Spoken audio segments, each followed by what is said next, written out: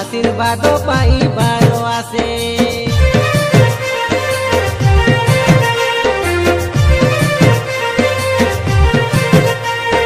নড়িয়া কদলী ধূপ দীপ ধরি পূজা অর্চনারে এটি মাতিবে সমস্তে। খোলা মোর ভরি ডাকি দেলে তরে কেতে পুণ্য মিলিব নিজ অজাণতে। আসন্তা 7 তারিখ মঙ্গলবার দিনতে মঙ্গল হুয়ে মাଙ୍କୁ দর্শন কাই কলে সে জানি রুহ একাতারে।